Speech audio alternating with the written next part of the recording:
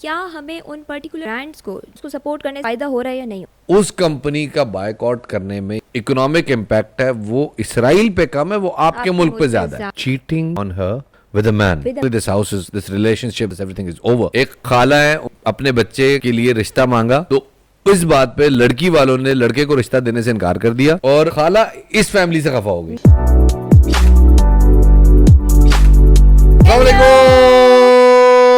आप सब लोगों को मेरी तरफ से खुशामदीद. मैं शफात अली, मेरे साथ मौजूद है रेबेका फरियाद. बहुत दिनों ज्यादा आपको खुशामदीद कहते हैं क्वीन एंड जैक शो में एक बड़े तवील अरसे के बाद. बहुत लंबे अरसे के बाद. जी. मसला सारा ये है कि हम मसरूफ बहुत हैं दोनों. आप ज्यादा मसरूफ हो, मैं तो वेली हूँ. अच्छा खैर, वो मसरूफियत की दो चार वजूहत हैं. पहली वजूहत आपको ये बताते चलें कि मसरूफियत की बुनियादी वजह है कि हम लोगों के पास एक तो ये कि वो बंदे ज़्यादा चाहिए होते हैं. पॉडकास्ट शुरू तो कर ली थी पर पता चला सारा काम अकेले बंदे का नहीं, बंदे ज़्यादा, तो फाइनली बंदे अवेलेबल हो गए. दूसरी सबसे इंपॉर्टेंट वजह ये है कि उसके लिए आपकी अवेलेबिलिटी जरूरी है. जब बंदा ही नहीं अवेलेबल, जैक ही नहीं अवेलेबल, तो कोई अकेली क्या करे. Oh my God. तो खैर, हमने आपसे कहा, आप लोगों से कहा कि आप लोग हमें कोई को अगर आपके जहन में कोई प्रश्न है जिसका आप उत्तर ढूंढना चाहते हैं तो अरे हमें लिखो. आप लोगों ने उस पर लिखा. बहुत सारे लोगों ने तो कहा कि आप नसीम शाह का नंबर दे दें. उन लोगों को नसीम शाह का नंबर क्यों चाहिए था? मुझे क्या पता क्यों चाहिए होगा. ये नसीम शाह का और उनका जाती मामला, मैं कुछ नहीं कहना चाहता. अलबत्ता कुछ लोगों ने अच्छे सवाल भेजे. कुछ लोगों ने कहा कि आप लोग कौन से को बड़े को फन्ने खान है कि हम आप लोगों से पूछें. और बट कुछ लोगों ने बहुत अच्छा फीडबैक दिया. कुछ लोगों ने कहा कि भाई आप कहाँ चले गए हैं, क्यों नहीं आ रहे, हमारे बहुत सारे क्वेश्चंस हैं जिनके आंसर्स हमें चाहिए थे और मजा आ रहा था. Purpose is not to find the answers. The purpose is to have a discussion. No, the purpose is just to start the spark. Yeah. हमें डिस्कशन ट्रिगर करनी है और वो डिस्कशन ट्रिगर करना मेन काम होता है. तो चलते हैं हम बेका की तरफ के, देखते हैं हमें आज का पहला प्रश्न क्या है. मैंने शॉर्ट लिस्ट किए हैं कुछ क्वेश्चंस. ठीक है, क्वेश्चंस बहुत सारे थे बट उनमें से कुछ शॉर्ट लिस्ट किए हैं और ऑब्वियसली वो ज़्यादा मज़े के थे. मज़े के या इम्पोर्टेंट कह दो. Hello sir, my name is Tauheed. Hello Tauheed. I am a resident of Khanpur. My question is to everyone in celebrity industry.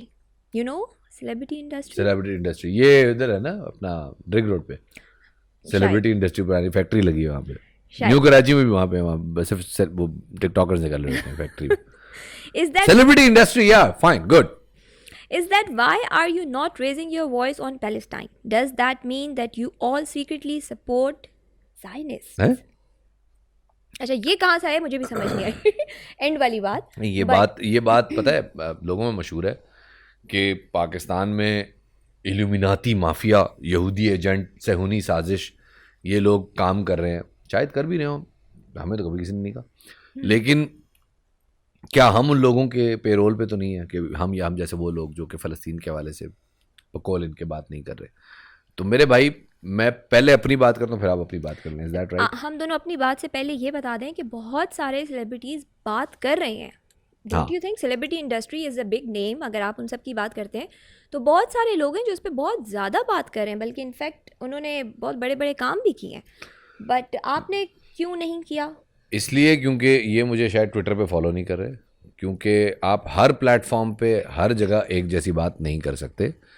बहुत सारे प्लेटफॉर्म्स हैं जिनके ऊपर अगर आप इस हवाले से बात करें तो आप शैडो बैन हो जाते हैं. शैडो बैन समझते हो? शैडो बैन का मतलब कि आपका अकाउंट एक्टिव रहेगा लेकिन आपकी रीच ख़त्म हो जाएगी, आप इररेलेवेंट हो जाएंगे अपने अकाउंट में. तो तरीके के साथ अगर बात करें, घुमा फिरा के, उन्हीं के एल्गोरिदम्स को, जो फार्मूले उन्होंने लगाए हुए ना कि यार अगर ये बात हो वो बात हो तो बस इस बंदे को अकाउंट जाम कर दो. बहुत से लोगों के अकाउंट जाम किए भी हैं उन लोगों ने. लेकिन उस तरीके से अगर बात करेंगे तो आप निकल जाएंगे. तो वो बात तो हम कर रहे हैं. मसला ये है कि वो बातें लिखाने में होती, लिखने के लिए पढ़ना पड़ता है. तो बहुत सारे लोगों को शायद लगता है कि जब तक आप मुंह से नहीं बोल रहे ना तब तक आप लिखने का कोई फ़ायदा नहीं. लिखने की जो जंग है वो ट्विटर के महाज में बहुत जारी है और उसमें बहुत लोग लिख रहे हैं. मैं भी लिख रहा हूँ, बहुत सारे और लोग भी लिख रहे हैं, बातचीत चल रही है. लेकिन ये बात जहन में रखें कि this all comes at a very high cost. It comes in a very high. It is not easy to see pictures and videos of babies who are beheaded, who are killed. That's exactly my point. Because I am going through a stage जिस पे मैं बिल्कुल भी नहीं देख सकती कि एक छोटा बच्चा, वो जिस तरह की वीडियोस हैं, that actually are very traumatic, especially उनके लिए जो किसी एक पर्टिकुलर स्टेज से गुजर रहे हों, तो दे कैंट सी, मतलब वो कहते हैं ना, अक्सर एक डिस्क्लेमर लगता है कि कमज़ोर दिल वाले हजरात ना देखें.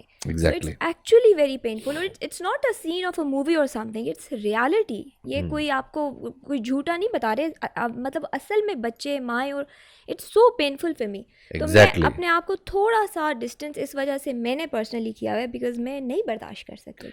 तो मेरी आपसे दरख्वास्त ये है कि लोगों को जज मत करें इस बुनियाद पे कि कौन फ़लस्तीन के हवाले से बात कर रहा है, कौन नहीं कर रहा. जो कर सकता है वो कर रहा है, लेकिन हर बंदे के आसाब इतने मजबूत नहीं होते कि वो ये मनाजिर देख सके या ये ख़बरें कंज्यूम कर सके या इन चीज़ों के ऊपर फिर डिग आउट कर सके कि एक्चुअली क्या हुआ. ये बहुत मुश्किल काम है. तो अगर जो लोग बात कर रहे हैं, ये एक बात तय है कि इस वक्त पाकिस्तान में क्या कुर्रा अर्ज़ पे कोई ऐसा आदमी नहीं होगा कि जो दिल से ना ये मानता हो कि जो फ़लस्तीन में हो रहा है ये गलत है, ये जुल्म है. Everybody in the world agrees to it except a few people जो ज़ाहिर है जिनके मफादात बंधे हुए हैं उस मुल्क के साथ. तो बाकी आई थिंक एक और बहुत इम्पॉर्टेंट टॉपिक है कि क्या हमें उन पर्टिकुलर ब्रांड्स को जो इनके प्रोडक्ट्स हैं उसको सपोर्ट करने से हमें फ़ायदा हो रहा है या नहीं हो रहा. That's a very important point. हाँ, अच्छा देखो, दो चीज़ें. पहले तो बिज़नेस मॉडल्स को समझना चाहिए कि बिज़नेस मॉडल्स कैसे काम करते हैं. एक दुकान है, वो यहाँ पे जी मतलब सामान बेच रही है और उसके ऊपर लिखा हुआ है जी मेड इन इज़राइल. तो आप वो प्रोडक्ट ना ख़रीदें, जस्टिफाइड टू डू दैट. ये बिल्कुल प्योरेस्ट फॉर्म है, क्योंकि इस फार्मूले में क्या हो रहा है कि एक फैक्ट्री जो कि इसराइल में कायम है, इसराइल में अपना जो है वो उसकी इंडस्ट्री है, वो इसराइल के मसनूआत में एक्सपोर्ट, उसके डायरेक्ट वो अर्निंग कर रही है. एक दूसरा तरीका, और वो ये कि एक फैक्ट्री है या एक प्रोडक्ट है जिसके इसराइल के साथ मफादात हैं, वो उसको फाइनेंशियली इमोशनली सपोर्ट करती है. उस कंपनी का बायकॉट करने में ये जहन में रखें कि उसके साथ जो इकोनॉमिक इम्पैक्ट है वो इसराइल पे कम है, वो आपके मुल्क पे ज़्यादा है. एग्जैक्टली. ये जहन में रखिए. आपके मुल्क में उन लोगों ने शायद 7-8 हज़ार लोग एम्प्लॉय किए हुए हैं. तो लेकिन अगर उसी का कोई, क्योंकि यहाँ पे फ्रेंचाइजिंग चलती है ना, मिसाल के तौर पे कोई एक नाम नहीं लेते, लेकिन एक पिज्ज़ा फ्रेंचाइज थी बहुत पूरे पाकिस्तान में, उसकी वो एकदम बंद हो गई. अब फाइनली एक पाकिस्तानी कंपनी उस फ्रेंचाइज को दोबारा हासिल कर रही है. तो कल को अगर, लेकिन वो पिज़्ज़ा फ्रेंचाइज एक्चुअली तो यूएस बेस्ड है, तो कल को अगर इस यूएस किसी मुल्क पे हमला कर दे तो हम उस फ्रेंचाइज का बायकॉट करेंगे, तो उससे उस शायद फ्रेंचाइज को नुकसान कम होगा, उसकी लोकल जो कंपनी उसको ओवरशैडो कर रही होगी उसको नुकसान ज़्यादा होगा. बात समझ में आ रही है? मुश्किल बात तो नहीं कर रहा. यानी आप अगर इस बायकॉट को सिर्फ इस गर्ज से करना चाहते हैं कि इससे इसराइल को नुकसान हो या इससे इसराइल के ख़िलाफ़ हम अपनी नफ़रत का इज़हार कर सकें, तो वो बाहर स्ट्रीट पे प्रोटेस्ट करना जो है, या अपनी बात ओवरऑल कम्युनिकेट करना, या अपने प्रोटेस्ट को रजिस्टर करवाना ग्लोबली, वो ज़्यादा इम्पैक्टफुल है बजाय इसके कि आप एक बायकॉट के जरिए, ऐसा बायकॉट जो कि इनडायरेक्ट बायकॉट है. Indirect boycott is not that much effective. Direct boycott वो ऑलरेडी पाकिस्तान ने किया हुआ है. अगर ऐसे कोई प्रोडक्ट्स हैं तो ज़रूर बताएं जो डायरेक्ट, जिनके ऊपर लिखा हुआ है मेड इन इजराइल, या उनके ओनर जो हैं वो इजराइल को सपोर्ट करते हैं. ये भी है ना. ओके. या उनके ओनर्स इजराइल को सपोर्ट करते हैं, डायरेक्टली सपोर्ट करते हैं, तो बिल्कुल उनका बायकॉट बनना चाहिए. अगला क्वेश्चन आप पढ़ते हो, मैं ही पढ़ूं? आप ही पढ़े. Okay. Second, recently I saw your post where you were giving communication workshop in some university. ये मेरी बात हो रही है? जी, आपकी बात हो रही है. ठीक है. I want you to talk about, नाम बताया? नाम नहीं बताया, कुछ नहीं बताया. चलो ठीक है. I want you to talk about my situation where throughout my life I have been misunderstood. I say something else and people think I say something else. ये अब उर्दू में अपने देखने वालों के लिए बता दें कि भाई ये खातून है, इनका प्रॉब्लम है. हाउ डू यू नो ये खातून है? खातून है. आपको कैसे पता? अच्छा, नहीं है खातून, सॉरी, ये जेंडर नहीं लिखा. हाँ. क्योंकि अमूमन यही होता है ना, मेरी बात को समझ नहीं रहा. अच्छा, तो ये कोई साहब है, खातून है, इनको लग रहा है कि इनकी बात कोई समझ नहीं रहा. ऐसा ही है. ऐसा ही है. और मैंने चूंकि एक वर्कशॉप दी है अभी एक यूनिवर्सिटी में कम्युनिकेशन के ऊपर, तो ये मुझे इस पर एड्रेस करनी है. फिर फ्यू डेज अगो माय खाला सेंट अ रिश्ता to a certain relative for her son. खाला ने रिश्ता भेजा अपने बेटे का फॉर हर सन. हाँ, टू अ डिस्टेंट रिलेटिव, किसी और. अच्छा ठीक है. द गर्ल्स फैमिली अप्रोच्ड मी. अच्छा, जो लड़की वाले थे उन्होंने इनको अप्रोच किया. अच्छा. Since we have a common friend for verification of my cousin character, I told them I can't say anything on his behalf. You do your own research. अच्छा, इसने कहा भाई मुझे नहीं पता, आप अपनी रिसर्च खुद करें, मैं नहीं जानती उसे. जानती नहीं हूँ या मैं जानता. अच्छा, जेंडर नहीं लिखा हुआ है. मैं अपने कजन के कैरेक्टर के मतलब आपको ज़्यादा कुछ कहना नहीं चाहती. ठीक है, अच्छी अप्रोच है. आप क्यों किसी के ऊपर गवाह बने? Let's see. The girl's family misunderstood this and said to my khala that your son is dubious because his cousin said that I can't say anything. Ever since my khala is cut off from our family, can you tell is this because of lack of communication or toxic family? अच्छा, आसान भाषा में बताता हूँ. एक खाला है, उन्होंने एक अपने बच्चे के लिए रिश्ता मांगा कहीं पे. वो लड़की की फैमिली ने इस थर्ड को, लड़का लड़की मम्मी पता है, लेकिन इस थर्ड पार्टी को अप्रोच किया कि भाईजान आप बताएं लड़का कैसा है. मैंने कहा हमें नहीं पता कैसा है, आप खुद रिसर्च कर लें. Which is a very सही अप्रोच मेरे ख्याल में. तो इस बात पे लड़की वालों ने लड़के को रिश्ता देने से इनकार कर दिया और खाला से बाइकआउट कर लिया. और खाला इस फैमिली से खफा हो गई. Yes. खाला जिनसे गवाही मांगी गई थी वो उस फैमिली से खफा हो गई कि तुम लोगों ने मेरे बेटे के मतलब हाँ क्यों, मतलब अच्छा वो क्यों नहीं, मतलब उन्होंने यही कहा होगा कि तुम बुराई की है मेरे बेटे की. Exactly. हाँ. तो अच्छा, ये नहीं पता चला लड़का लड़की कहीं जो भी हो, उसने कहा ना अपने कजन के मुतालिक मैं उसकी तो इससे अब उनका सवाल क्या है, हम क्या करें? उसका सवाल ये है कि क्या ये लैक ऑफ कम्युनिकेशन है या ये टॉक्सिक फैमिली है? लैक ऑफ कम्युनिकेशन है या टॉक्सिक फैमिली है, ये दोनों भी हंसना शुरू हो गए. अच्छा खैर, दोनों है. मुझे ये लगता है दोनों है, क्योंकि देखो पहली बात तो ये कि लैक ऑफ कम्युनिकेशन इस हिसाब से है कि जब आप को कोई अप्रोच कर रहा है कि भाई आप बताएं, तो आप उसके सामने क्लियर बात करें. आप मुझे बताएं कि भाई मेरा उस बंदे से वास्ता जो है वो इस और इस हद तक है, या हम लोग ईद के ईद मिल लेते हैं, या हम शाम को क्रिकेट खेल लेते हैं, यहाँ तक ठीक है, इससे आगे का मुझे नहीं पता. लेकिन अगर आप ये कहेंगे कि भाई हमें नहीं पता, खुद ढूंढ लो जाके, हम क्यों बताएं? बट एक और रीज़न भी है ना इसके लिए. बहुत बार ऐसा होता है कि आप किसी फैमिली के साथ इंटरेक्टेड होते हो बहुत क्लोजली, लेकिन वो एज अ हस्बैंड या एज अ वाइफ कैसी बनेगी, यू कैन नेवर से. नहीं तो मतलब ऑब्वियसली एक लड़की पे रिश्ता आया हुआ है, तो उसकी फैमिली वाले पूछेंगे ना किसी से कि भाई बताएं ये लड़का कैसा है. क्यों भाई, तुम्हारा रिश्ता है, तुम्हारे लिए कहीं रिश्ता है, नहीं तुम बता दो.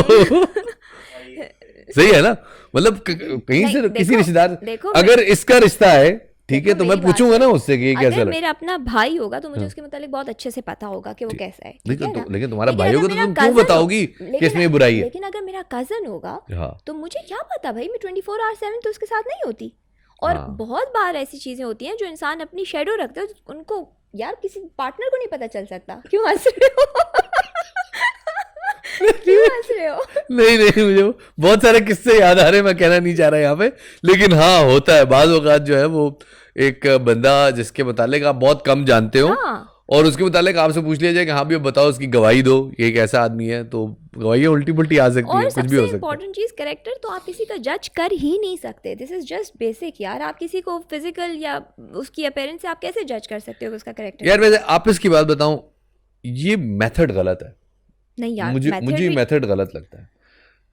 तो फिर आप जिंदगी जिसने गुजारनी है, मेरे ख्याल में आपके ख्याल में वो इस्तिखारा वाला ठीक है. इस्तिखारा करो, इस्तिखारे में जवाब आ गया, बस इस्तिखारे में हाँ आया या नहीं आया, बस वो फिर obviously that is the second solution.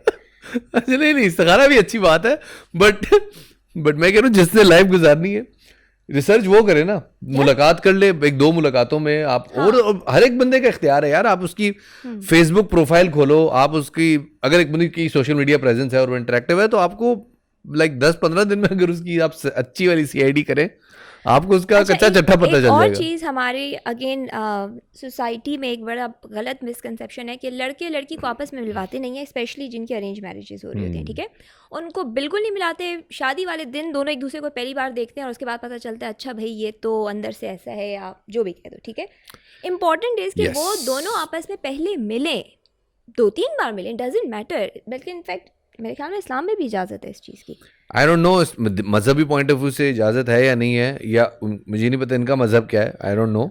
लेकिन उस पर हम डिबेट नहीं करना चाहते, वो एक अलग बिल्कुल टॉपिक हो जाएगा, बात कहीं से कहीं चली जाएगी. लेकिन अगर रीजनेबल पॉइंट ऑफ व्यू से देखा जाए ना, तो 2 लोग जिन्होंने आपस में पूरी जिंदगी साथ गुजारनी है, उन लोगों को इतना बड़ा फैसला करने से पहले एक दूसरे से मिलना चाहिए, बातचीत करनी चाहिए।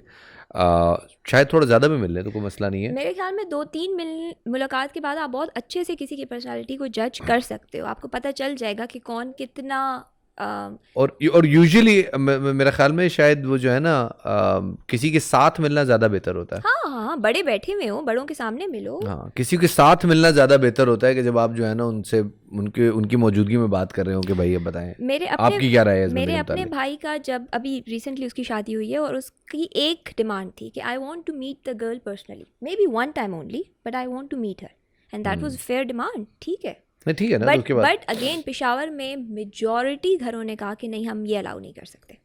नहीं, पेशावर नहीं, पूरे पाकिस्तान का ही मसला है। बट लेकिन मेरे ख्याल में एक कल्चरल चैलेंज है और लोगों ने इसको ये मजीद मुश्किल बना रहे हैं, मजीद मुश्किल बना रहे हैं। मेरे ख्याल में ये फैसला उनका होना चाहिए कि बजाय इसके कि आप रैंडम लोगों से और कजन से गवाहियां तलब करनी शुरू कर दें और अपनी जात में आप एसीपी प्रद्युमन बन के जो है ना छापे मारना शुरू कर दें। This is not right, you can't reach to the decisions. Exactly, बाज़ औक़ात ऐसी टॉक्सिक फैमिलीज भी होती हैं ख़ानदान में जो कि जान के रिश्ते ख़राब करने के लिए बैठी होती हैं, वो पुप्पोएं या खालाएं या जो भी कह दो उनको, जो कि बैठी होती हैं कि नहीं हमारी बेटी से या हमारे बेटे से नहीं हुआ ना, तो अब मैं देखती हूँ तुम कहीं और कैसे करते हो। हाँ, ये तो है, ये है हमारा एक ओवरऑल मसला। उसी खाला या पुप्पो के पास चले गए तो बस फिर उन्होंने तो यही कहना है मैं कुछ नहीं कहूंगी, अपनी जिम्मेदारी। तो इसका हमारी जो है ना छोटी सी अकलदानी में जितनी समझ है उसके मुताबिक लड़का लड़की को खुद ये फैसला लेना चाहिए। वो भले 1-2 मुलाकातों में करें, किसी के साथ मिलके करें, लड़की अपनी कज़न्स के साथ जाके मिलके उस बंदे से डिसाइड करे, वो बंदा जो है वो अपनी बहनों के साथ जाके लड़की से मिले और जाके अंडरस्टैंड करे, उस लड़की के बारे में एक राय कायम करे, लड़की लड़के के बारे में एक राय कायम करे और उस बुनियाद पे वो उस रिलेशनशिप को आगे बढ़ाएं, तो ये ज़्यादा बेहतर है। इसके लिए कुछ कल्चरल चैलेंजेस हैं, उनको ओवरकम करना बहुत ज़रूरी है। टॉकिंग अबाउट कल्चर चैलेंजेस, हमारा जो थर्ड ईमेल है इट्स वेरी वेरी सेंसिटिव। ठीक है, okay. Dear Shafat and Rebecca, what I'm about to ask you is something that might be uncomfortable for some listener and viewers. ठीक है, so viewers discretion is advised. अभी से अगर किसी को कोई भी है तो प्लीज़, उन्होंने पहले से कह दिया। कोई 18+ बात कर रही है? Yes, it's 18+. Okay. Maybe Madam Rebecca will be able to support on this. I recently scanned my husband's phone and saw some intimate chat with one of his colleague who is married and has one kid as well. Now, Okay. it's very sensitive. ठीक है। I always thought they are close friends, but now I have evidence of him cheating on me, that too with a man. Cheating on her with a man. With a man. I am in an immense emotional trauma. Now all his absence and secretive phone calls have started making sense. I feel cheated, I feel lied, I feel shattered. I want to take a revenge from him, can't decide how should I react. I want to drink bathroom acid and finish it, but I think about my kid. What should I do? My God. See, My God. ये एक ऐसा sensitive topic उन्होंने किया है। मेरे ख्याल में being a wife I can totally understand her situation, not only her situation बल्कि इनफैक्ट बहुत सारी ऐसी ख़वातीन होंगी जो इस सिचुएशन से गुजर रही होंगी but they can't utter a word for many XYZ reasons, और वो ट्रेडिशनल ख़वातीन की तरह पर्दे डालती होंगी कि नहीं नहीं नहीं नहीं नहीं ऐसा, या फिर डिनाइल में होंगी कि ऐसा नहीं हो सकता या whatever, but it is a very very important topic. मैं इस हवाले से 2 अप्रोचेस रखता हूँ। पहली अप्रोच है प्री वेडिंग और एक है पोस्ट वेडिंग। जो प्री वेडिंग अप्रोच है वो ये है कि घर वालों को तो डेफिनेटली पता होगा कि उनके बच्चे के क्या लक्षण है। क्यों भाई? प्रॉबेबली ऐसे ही होता है ना, घर वालों को तो पता होता है कि, और मेजॉरिटी घरों की अप्रोच ये होती है कि शादी होगी तो ठीक हो जाएगा। मेरे जहन में एक नहीं अनेक नाम है कि जिनके लक्षण हमें पता थे यार कि वो क्या लोग हैं और उनकी क्या अप्रोच थी, लेकिन उसके कुछ अर्से बाद पता चला इनकी शादी हो गई। तो यही परेशान थे कि कैसे हो गई, how is that even possible. लेकिन ये बातें छुपाई जाती हैं, ये बातें नहीं बताई जाती। तो इसमें जहां तक लड़का कसूरवार है या नहीं है ये तो बाद में तय करेंगे, लेकिन सबसे पहले तो लड़के की फैमिली कसूरवार है। और इस घर, ये टेक्निकली घर शैटर हो चुका हुआ है, technically this house is this relationship, this house, this everything is over. लेकिन इस हवाले से अगर कोई भी, if anyone is to be blamed, that is the family of the लड़का हिमसेल्फ सबसे पहले. पोस्ट वेडिंग जो चीज़ मैं कर रहा हूँ वो that is about cheating. It doesn't matter cheating किसके साथ हुई है, कैसे हुई है, बट चीटिंग इज चीटिंग. और जब एक रिलेशनशिप वायलेट हो गया है, एक रिलेशनशिप में से ट्रस्ट ख़त्म कर दिया गया है और एक रिलेशनशिप को अब्यूज़ कर दिया गया है, तो फिर उसके बाद उस रिलेशनशिप में किसी को ये कहना कि नहीं तुम फलां के लिए रहो, या तुम उसकी इज्जत की खातिर या अपने घर की खातिर या अपने बच्चे को के ऊपर से वालिद कहना. व्हाट इफ बच्चा कल को बड़ा हो and he finds out that उसके अब्बा का ये लक्षण है, तो फिर क्या होगा. लिहाजा ये अगर कोई आपको एडवाइस कर रहा है कि नहीं आप इस रिलेशनशिप में जुड़ी रहें, आप अपने बच्चे को नाम दें, वालिद का साया रखें वगैरह वगैरह, ये ठीक नहीं है. मेरे तो ख्याल में अपेरेंटली जो मुझे उसकी मैसेज से क्लियर हो रहा है कि मेरा नहीं ख्याल कि उसने ये चीज़ अभी कहीं पे भी डिस्क्लोज़ की हुई है. This is as far as I can read and I can जज. और वो एक हेल्प सीख कर रही है. बंदी जो है she is just in a trauma, she just figure it out. और वो ख़ुद अभी उसे समझ नहीं आ रहा कि ये मतलब हुआ क्या है उसके साथ एक्चुअली. सेकेंडली, अगर तो कोई ऐसी सिचुएशन है and she must be in a very much emotional traumatic situation जिसको शायद बहुत मुश्किल अंडरस्टैंड करना, तो सबसे पहले तो अपने आप को ब्लेम करना बिल्कुल बंद करें कि इट्स बिकॉज ऑफ यू, या आपकी गलती थी, या आपने प्रॉपरली शादी में वो सब कुछ प्रोवाइड नहीं किया जो आपको एज अ वाइफ करना चाहिए था, या you are somehow the reason behind all this. He was always been like this. Problem is कि अनलकीली आप उनकी वाइफ बन गई. सेकेंड मोस्ट इंपॉर्टेंट थिंग कि आप कह रही हैं मैं एसिड पी लूँ या फिर मैं अपनी लाइफ ख़त्म करना चाहती हूँ, तो that is also a very very negative approach. Why you have to punish yourself for something जिसमें आपकी कोई गलती है ही नहीं. And again you said that you have a kid also. तो अगर आपका एक बच्चा है, सो मेरे ख्याल में एक अच्छी अप्रोच ये होनी चाहिए कि आप कन्फ्रंट करें अपने हस्बैंड को. जाएँ उनके साथ बैठे और उसको बताएं कि भाई I just figure it out कि आपका ये प्रॉब्लम है and now we have a kid, so we need to go for a positive approach जिसमें हमने ये डिसाइड करना है कि आपकी प्रायोरिटी के बेसिस के मुताबिक और जो भी आपकी मतलब जो जैसी भी आपकी नीड्स हैं उसके मुताबिक how are we going to move ahead. क्या हमने अपने बेटे के लिए इस it's not a marriage any more, I won't say it is marriage because relationship is over. वही आपकी वाली बात कि शादी का जो एक प्रॉपर रीज़न होता है वो तो ख़त्म हो गया है. But you guys have to decide openly कि क्या आप लोगों ने अपने बेटे या ट्रेडिशंस या किसी समहाउ किसी भी रीज़न की वजह से क्या इकट्ठे रहना है for some particular time. And after that you can decide, जब आपका बच्चा एक पर्टिकुलर एज पे पहुंच जाए, अगेन जैसे जब बच्चे को पता चलेगा लाइक 15, 16 और मे बी इतना जब वो बड़ा हो जाए, then you guys can decide कि हम अपने रास्ते अलग कर दें, वी कैन मूव अपार्ट और whatever. It's very very difficult. It's very very it is very difficult. ये सिलसिला तब तो हो सकता है कि जब आपको अगेन इस यहाँ पे भी थोड़ी लड़की की फैमिली की बात करते हैं कि जब लड़की फाइनेंशियली इंडिपेंडेंट हो, उसके पास कोई ऐसा हुनर हो कि वो खुद को सपोर्ट कर सकती हो. अगर लड़का चले जैसा भी है जो भी है वो ठीक कमा रहा है, तो लड़की कहेगी चलो जो भी है मेरे बच्चे को तो सारी सहूलियात मिल रही हैं जो उसको चाहिए, जो बतौर चाइल्ड उसका हक है जो उसको मिलनी चाहिए.